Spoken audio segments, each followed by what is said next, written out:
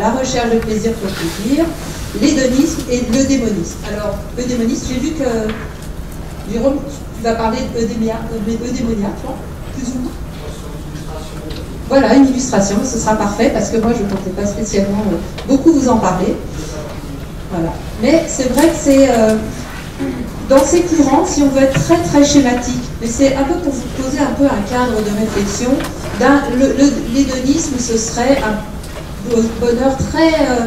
le plaisir de l'instant, le plaisir très sensoriel, assez matérialiste. Et puis, à l'opposé, on aurait le démonisme. Mais finalement, il y a une graduation. C'est pas aussi schématique. Là, je vous présente comme ça, parce que j'ai 20 minutes et je ne vais pas vous faire un cours de philo sur un sujet que je ne maîtrise pas.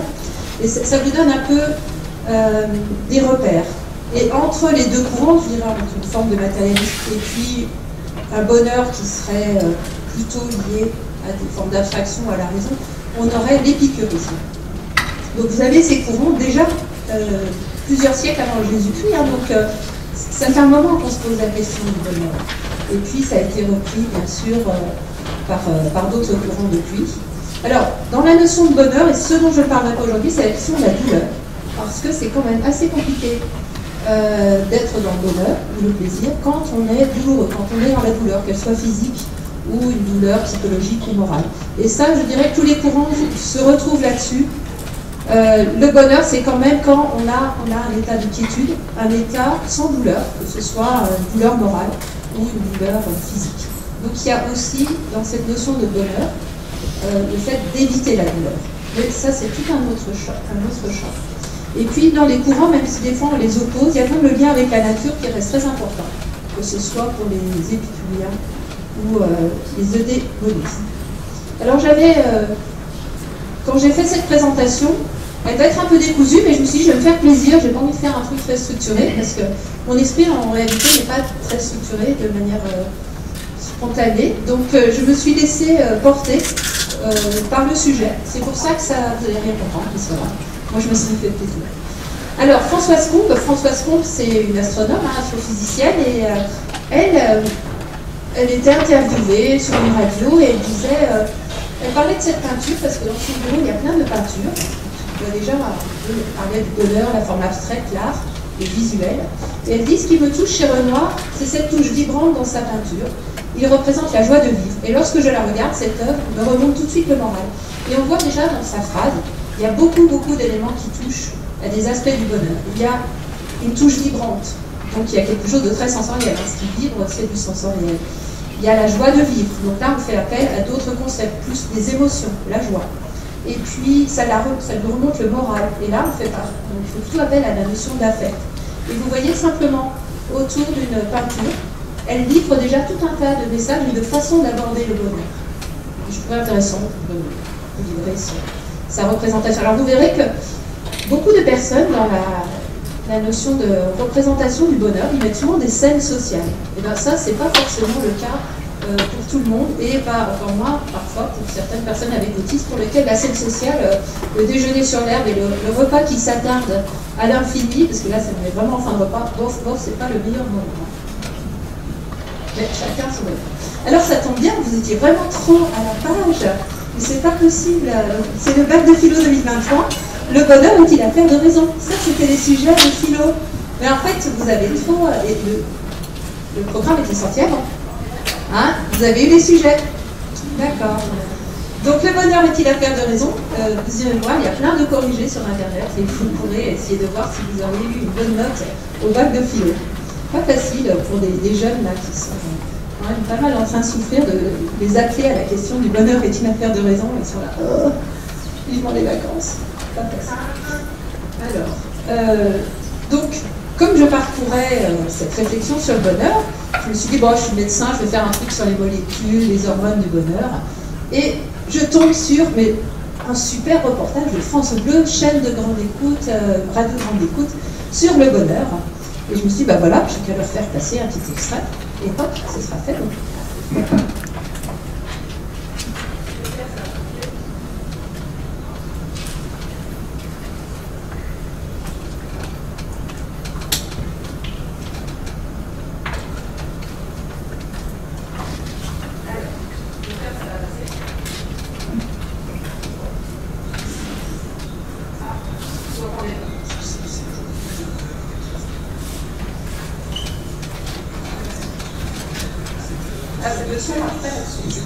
ce côté bonheur, ce matin, les hormones du bonheur existent. Est-ce que c'est faux? Tout comme dans notre temps, ça doit exister. C'est des hormones ou des neuromédiateurs, voilà, peu importe le nom, mais oui, il y a bien des molécules qui, dans notre organisme, favorisent le bonheur, le bien-être, c'est des molécules fabriquées par notre corps pour notre survie. On a besoin de ça pour être bien. Il y en a 4, en tout cas 4 sur lesquels je me suis arrêtée. Il y a la dopamine.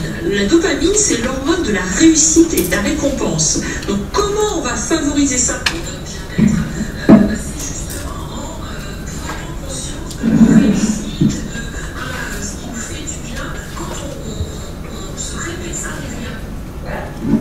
Donc voilà, une émission grand public, il y a bien des molécules et des hormones du bonheur. Alors là, j'étais ravie de l'apprendre, parce que moi, je ne savais pas. Et j'essaye de reprendre la main sur mon truc. Hop. Et alors, l'argument du journaliste qui m'a beaucoup surpris, c'est puisqu'on en entend parler, c'est que ça doit exister. Et ça, je me suis dit, ah bon, alors c'est ça l'argument un peu spécieux, c'est on en a entendu parler, donc ça existe. Et ça m'a un peu inquiétée. Alors je me suis dit, bah, je vais aller voir ailleurs ce qu'ils en disent. Est-ce que vraiment il y a des hormones du bonheur? Alors justement, dans la presse, j'ai trouvé un super article, Le bonheur dans la presse, les hormones du bonheur. Donc ça se confirme, on en entend parler, et on le lit dans la presse, une presse grand public. Et là, non seulement on a des hormones du bonheur, mais on peut doper ces hormones du bonheur. Donc c'est quand même très très bon signe. Donc on va adopter un régime plaisir. Donc c'est leur petit conseil. Un régime plaisir à base de smoothies, donc vous mettez du gingembre, enfin il y a toute une recette pour le régime plaisir, et là vous boostez quoi? Votre sérotonine. On reviendra sur la sérotonine. Mais on va aussi doper ces endorphines par l'activité. Et puis vous aurez un petit effet Coolidge, le petit effet Coolidge par la dopamine, et grâce au câlin, vous allez booster votre ocytocine. Donc l'effet Coolidge, les personnes avec autisme adorent, c'est sortir de sa zone de confort pour aller à la découverte et d'expériences complètement nouvelles. Par exemple, un peu de kitesurfing, un cours de Zumba, ça ce serait l'effet Coolidge, donc pour doper votre dopamine. Mais bien sûr, on n'oublie pas de méditer pour déstresser, et alors là la méditation c'est la totale, hein. C'est chute du cortisol, or le cortisol c'est le stress et l'anxiété, ça augmente endorphine, sérotonine, ocytocine, donc là vous avez le combo total grâce à la méditation, donc n'hésitez pas. Et puis, si vraiment vous voulez encore plus doper votre sérotonine, devenez un early bird, c'est-à-dire levez-vous tôt, et une petite séance de yoga, comme ça vous boostez un petit coup d'endorphine et en même temps de la sérotonine. Donc la séance de yoga du matin. Et puis bien sûr, si vous voyez des amis, par exemple dans un musée ou dans un concert de musique, là vous allez faire chuter votre adrénaline et stimuler la croissance de vos neurones. Donc ça c'est le moyen dans la presse de doper ces hormones du bonheur. Alors j'étais un peu sceptique, donc je suis quand même allée voir si c'était bien des hormones du bonheur. Bon déjà, ce n'est pas des hormones, hein, c'est des neurotransmetteurs dans la plupart des cas, ou des neurohormones. Donc soyons un petit peu plus précis. Et donc les hormones qui ont souvent été citées, c'est la dopamine, la sérotonine et l'ocytocine. Alors je ne parle pas des endorphines, qui sont celles qui sont liées à l'effort physique, mais aussi à la douleur. C'est que ça atténue les douleurs et le ressenti de la douleur. Celle-ci, j'en parlerai pas. Mais sachez que la dopamine, elle est très impliquée dans le système de plaisir et de récompense. Et là, il y a eu beaucoup de travaux qui ont essayé de découvrir les réseaux de la récompense. Je ne vous donne pas leur nom. Et pour étudier ces réseaux-là, ils ont essayé de découper finalement les éléments différents d'une récompense. Donc les composantes de la récompense, ça déjà avec le fait d'aimer la récompense, le liking, hein, c'est comme ça. C'est la satisfaction hédonique, le plaisir lié à la récompense. Il y a le fait de désirer la récompense, et là on appelle ça le wanting, je veux. Et le learning, c'est le fait de prédire. Et c'est comme ça que finalement notre cerveau apprend que telle chose va lui amener du plaisir, et va créer du plaisir, il va le vouloir et il va prédire ou il va anticiper, voire même rechercher ce plaisir-là. Donc ça, c'est tous les circuits de la récompense.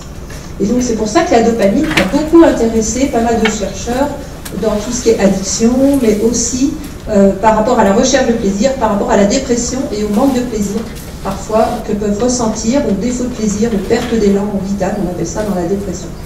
Donc la dopamine, on a longtemps souvent lié la dopamine au plaisir. Et puis on a aussi lié la dopamine à l'apprentissage, parce qu'elle est très impliquée aussi dans certains réseaux d'apprentissage. Alors, Ça a été pas mal, à un moment donné, c'était acquis, dopamine, on booste les réseaux de la récompense et c'est bon pour l'apprentissage puisque le cerveau va être motivé à apprendre. Mais finalement, ce pouvoir incitatif, il est actuellement en question. Et peut-être que la dopamine agirait plutôt par rapport à son effet, son action sur la nouveauté, que simplement dans le cadre d'un circuit de la récompense. Donc en tout cas, sachez que c'est vrai que la dopamine, elle est importante, mais que c'est encore beaucoup à l'étude et que tout n'est pas complètement figé dans le cerveau et surtout, rien n'est encore complètement modélisé par rapport à la dopamine. On sait que c'est impliqué dans la récompense. Exactement pourquoi, comment, sur quelles composantes, eh bien là, c'est en pleine évolution. Et peut-être que la dopamine, elle est plus liée à des aspects cognitifs, au wanting, à la prédiction, à des aspects cognitifs que plutôt qu'à des aspects sensibles. Mais, évidemment, comment c'est récupéré? Non seulement c'est récupéré dans la presse, vous avez vu grand public en disant bah, vous avez qu'à doper votre dopamine.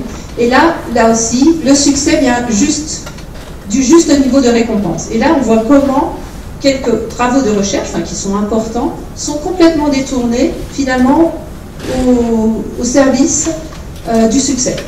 C'est-à-dire que votre dopamine, c'est pas vraiment fait pour votre bien-être, c'est pour que vous ayez du succès. Quoi. Donc là, il faut vraiment se méfier, et c'est là-dessus, alors ça c'est peut-être pas très rigolo ce que je vous dis, c'est que tous ces effets de presse, en fait, quand même, viennent servir un message très réductionniste. Et il faut vraiment que vous exerciez votre regard critique par rapport à ça. Donc voilà, vous n'êtes pas obligé de vous lever à 5 h du matin pour prendre votre dose de dopamine ou autre. Alors, l'autre petite molécule qui est souvent nommée comme hormone du plaisir, c'est la sérotonine. Alors, la sérotonine, c'est un neurotransmetteur, elle a plein de sous-types. Quand elle intervient, il y a plein de sous-types de récepteurs, elle va avoir des actions différentes. Elle est impliquée dans l'éveil-sommeil, ça c'est plutôt bien étudié, dans les phénomènes de cognition et d'apprentissage, et aussi dans l'humeur. C'est pour ça qu'on dit que la sérotonine, il faut la booster pour en gros être de bonne humeur. Alors la sérotonine, elle a eu beaucoup de succès dans les années 80 pour ceux qui sont plus âgés. Le Prozac, vous vous souvenez?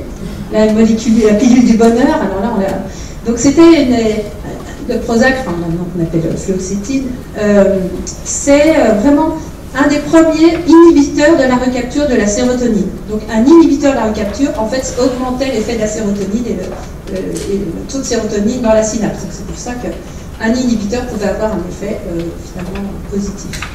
Donc le Prozac, on l'avait vraiment vendu en disant ça y est, on va enfin avoir une société qui n'aura plus de dépression et puis qui va être soumise au bonheur, enfin ce qu'on appelait le bonheur à l'époque. Bon, en fait, depuis l'eau a coulé sous les ponts, le Prozac c'est devenu une molécule passée dans le champ public. Vous savez que pendant quelques années les molécules elles sont réservées, il y a des brevets puis après elles passent dans le champ public, donc il y a eu plein de sortes de molécules inhibiteurs de la recapture de la sérotonine. Peut-être que certains d'entre vous en prennent. Pourquoi pas? Ça peut avoir un effet. Mais récemment, un article a fait un gros bruit en 2022 parce que les gars qui ont fait une revue de littérature n'ont montré aucune preuve que la dépression soit associée ou causée par de bas niveaux de sérotonine ou d'activité de la sérotonine. Alors là, ça a été le choc. On dit, oui, mais nous, notre médicament, c'est pour en mettre, donc s'il n'y a pas de lien entre la dépression et le taux de sérotonine, ça commence à poser des questions. Et puis, sachez que pour les adolescents, la sérotonine, donc les inhibiteurs de recapture de la sérotonine, sont des traitements qu'on va rarement donner, peu donner, parce que l'effet est vraiment minime, l'effet sur la dépression des enfants et des adolescents, et en plus, il y a des risques parfois de passage à l'acte.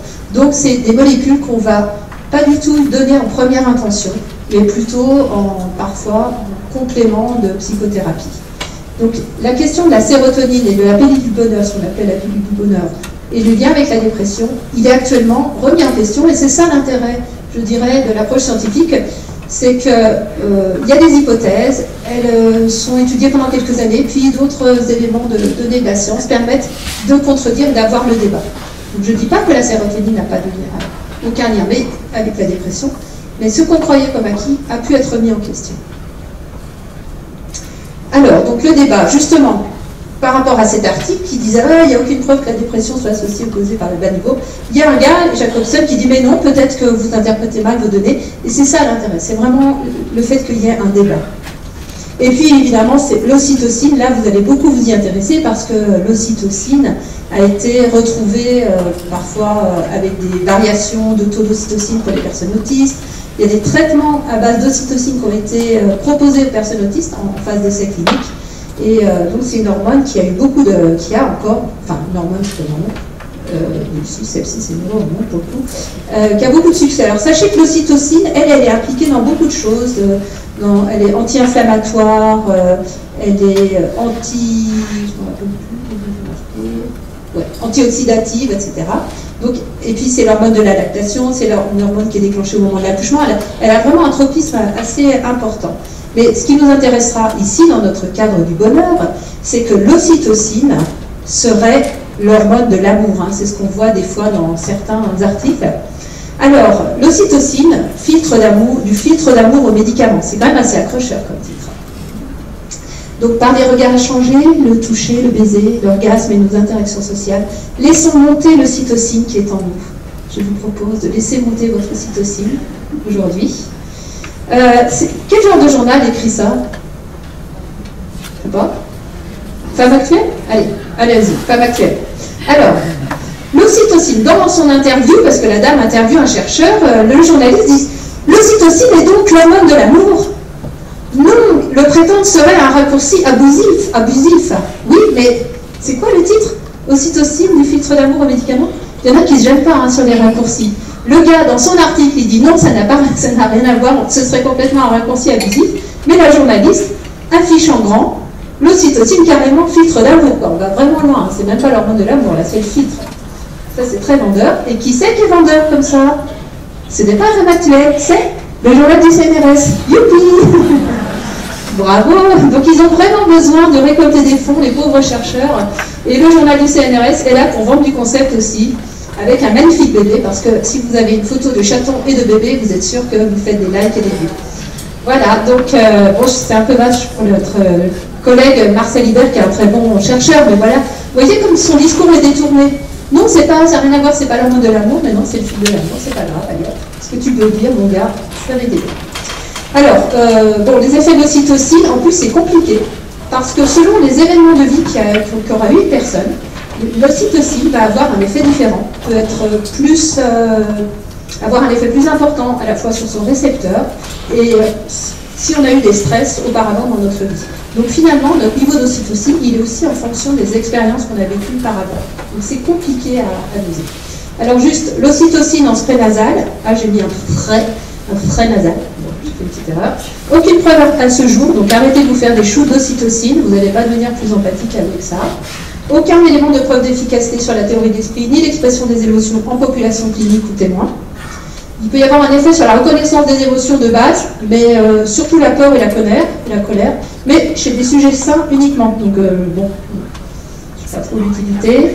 Les essais aux résultats négatifs de meilleure qualité ne sont jamais cités par la presse ou même par les pairs scientifiques. Il y a un gros biais de confirmation. Donc, en gros, on va vous montrer des articles où ça a un petit peu marché peut-être sur tel paradigme, sur 10-15 personnes, mais l'essai clinique à 200 personnes, celui-là qui ne marche pas, qui montre qu'il n'y a pas d'efficacité en spray nasal, eh bien vous ne le verrez pas publié, en tout cas il ne passera pas dans la presse, ou très peu. Alors, justement, il y a des gens qui commencent un peu à critiquer cette approche, à dire mais il y a quand même des gros biais, et ces chercheurs-là, Lang et Lang, ils sont plusieurs, Lang G et Lang Henry, c'est des frères. Il semble que les auteurs hésitent à déclarer que leurs conclusions sont incompatibles avec les articles les plus cités. Et ils ont comme ça étudié des milliers d'articles. Ils ont fait des clusters pour voir finalement quels articles étaient cités par quel type de chercheurs. Et en fait, ils se citent tous les uns des autres et il y a des gros regroupements. Donc voilà, finalement le côté débat critique dont je parlais tout à l'heure, il a quand même du mal à se mettre en place dans certains cas parce qu'il y a des théories qui s'imposent et c'est compliqué. Alors l'ocytocine, alors, l'ocytocine, déroutante hormone de l'amour, ça c'est Le Monde, mais c'était en 2017-2018. Par contre, là, 2022, le Campagnol, fidèle en amour, avec ou sans ocytocine. Et ça, c'est une bombe, parce que la plupart des études liées à l'ocytocine comme hormone de l'amour et de l'attachement, c'était à cause des petits campagnols les campagnols, il y avait des campagnols des villes et des campagnols des champs, enfin c'est peut-être pas ceux-là. Et il y avait ceux qui étaient fidèles et qui avaient plein d'ocytocine, et ceux qui n'étaient pas fidèles, qui étaient polygames, enfin des volages, qui ne s'attachaient pas à leur petite progéniture, et bien eux ils n'avaient pas d'ocytocine. Et manque de bol, là, le campagnol fidèle en amour avait poussant d'ocytocine. Et patatras, toute la théorie sur ocytocine, attachement, hormone de l'amour est remise en question par ces travaux-là. Et le débat va recommencer, ça va être très sympa. Bon, donc l'ocytocine comme traitement ou filtre d'amour ou traitement pour les difficultés avec l'empathie, c'est pas pour tout de suite. Peut-être qu'il y aura d'autres avancées de la science, ne perdez pas espoir, et puis n'oubliez pas que vous avez toujours votre petite séance de yoga à 5h du mat pour vous aider. Alors, évidemment, ça, je suis un peu ironique, mais quand même, sachez qu'il y a toute une neuroscience du bonheur qui reprend en quelque peu certaines théorisations de nos philosophes. Ils s'appuient sur l'hédonia, le démonia, je ne vais pas trop m'avancer là-dessus. Mais donc, on avait vu qu'il y avait les circuits du plaisir et de la récompense qui ont été beaucoup étudiés. Là, actuellement, il y a beaucoup d'études sur les émotions positives durables, le comportement prosocial, la résilience, en gros, la réduction des émotions négatives, la pleine conscience, et le petit nouveau, c'est le flow. Le flux. C'est le fait d'être complètement absorbé par une tâche, de pouvoir s'y dédier, et ça, c'est vraiment un bon prédicteur de votre capacité au bonheur. Donc ça, je suis d'accord, moi j'étais complètement dans le flou quand j'ai fait ce diaporama, vous voyez, d'ailleurs, j'étais pas pris de recul du tout. Alors donc il y a des modèles comme ça sur les émotions positives qui, alors, vous voyez, on fait vite la dérive entre émotions positives, le bien-être et le bonheur. Et ça c'est là où il y a des réductionnismes. C'est comment on passe d'un concept à l'autre. Ça, c'est des flèches, elles sont bien jolies sur les schémas, mais dans la vraie vie, quand on va regarder les études, elles ne sont pas très solides, leurs flèches. Mais en tout cas, sachez quand même que le bonheur, ça se développe tout au long de la vie. Ça va être très lié à l'environnement et au contexte. Ah bah oui, ça, on avait un petit peu remarqué qu'il y a des contextes qui ne favorisent pas forcément le bonheur, qu'il y a des aspects de contrôle cognitif, de relations sociales, et bien sûr, on va vous apprendre tout un tas d'activités et de stratégies pour cultiver les émotions positives. Donc ça, c'est plutôt sympa parce qu'on s'intéresse au bien-être des gens, et je trouve que ça, c'est bien. Mais donc, il y a des groupes qui s'intéressent au bien-être, aussi à la définition du bien-être, à la manière dont on va essayer d'évaluer par des questionnaires ce bien-être, et donc là il y a toute une sémantique et toute une linguistique autour de la notion de bien-être qui se développe, mais comme tout, de la même manière que des chercheurs très sincères vont aller étudier des molécules, et vous avez vu comment ça a été détourné dans la presse, molécules du bonheur, molécules de l'amour, enfin tout ce qu'on veut, et bien là, on va retrouver de la même manière le détournement de ces travaux qui sont des travaux très expérimentaux, et maintenant on retrouve non seulement les hormones du bonheur, les 4 hormones du bonheur, leurs effets et les actions pour les déclencher. Parce que, comme si vous pouviez vous-même déclencher vos hormones, ou vos neurotransmetteurs. Non, mais ils sont là, de toute façon, ils fonctionnent. Et ce qui m'a plus inquiété, c'est peut-être que sur ce site où on retrouve cette jolie petite image, ça a l'air très simple, on a les 100 solutions pour rendre votre quotidien plus serein. Et ça, c'est pour des enfants de 2 à 8 ans. Et en gros, comment vous allez déclencher toutes ces petites hormones pour que votre enfant soit plus calme, etc. Donc il y a tout un tas de conseils. Et en fait, c'est pour vendre, c'est des sites qui cherchent à vendre des manières d'être, des prescriptions aux parents sur les solutions pour rendre le quotidien plus serein. Mais quand on a un enfant de 2 ans, votre quotidien n'est pas serein, et c'est normal. C'est pas possible. Il faut le savoir, on ne vous le dit pas, mais on ne vous le dit pas, sinon tout le monde arrêterait de faire des enfants. Alors, donc évidemment, de la même manière qu'on a pu critiquer les publicités très caricaturales dans les années 80, il y a des personnes qui commencent à aussi critiquer ce courant de détournement, je dirais, de concepts neuropsychologiques du bonheur. Et c'est donc Edgar Cabanas et Eva Illouz, je ne sais pas si vous connaissez cet ouvrage, moi je ne l'ai pas lu, mais je l'ai découvert en faisant le PowerPoint. Et elle a écrit un bouquin qui s'appelle Apicratie. Je trouvais que le mot était intéressant. Et elle dit que l'idéologie du bonheur repose sur des valeurs individualistes méritocratiques, venant occulter complètement les différences de classe. En gros, on serait devenus des citoyens hypocondriaques. Donc il faut qu'on soit performant, il faut qu'on déclenche nos hormones du bonheur par tout un tas d'exercices, il faut qu'on optimise notre potentiel, ce qui nous permettra de nous améliorer. Et puis d'être heureux, parce que c'est vrai. Donc, elle critique vraiment le fait qu'on écrase les individus sous le poids de cette responsabilité, on leur demande eux-mêmes de chercher des problèmes à des solutions qui sont...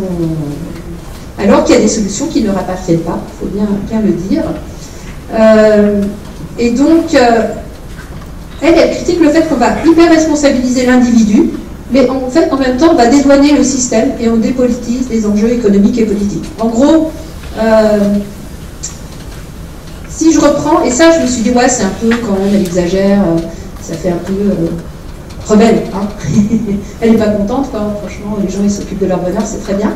Et en même temps, dans l'article que je vous ai montré avec le schéma où il y a toutes les liens entre happiness, émotions positives, eh bien l'introduction de cet article, elle m'avait fait un peu froid dans le dos, parce qu'il disait: dans le contexte mondial actuel de menaces actives, du changement climatique, de pandémies, de disparités, d'inégalités économiques, des problèmes de santé mentale augmentent dans le monde entier. Donc ça, c'est flippant, franchement. Eh bien, compte tenu de cette toile de fond, en gros, c'est une catastrophe, la société est en train de s'effondrer, il est crucial de faire progresser la recherche scientifique sur le bien-être et des résultats émotionnels sains. Donc en gros, il va falloir vous préparer à être résilient, à être heureux malgré tout, enfin que le monde s'écroulerait autour de vous, mais si vous faites votre séance de yoga à 6h du mat, vous allez bien supporter ça.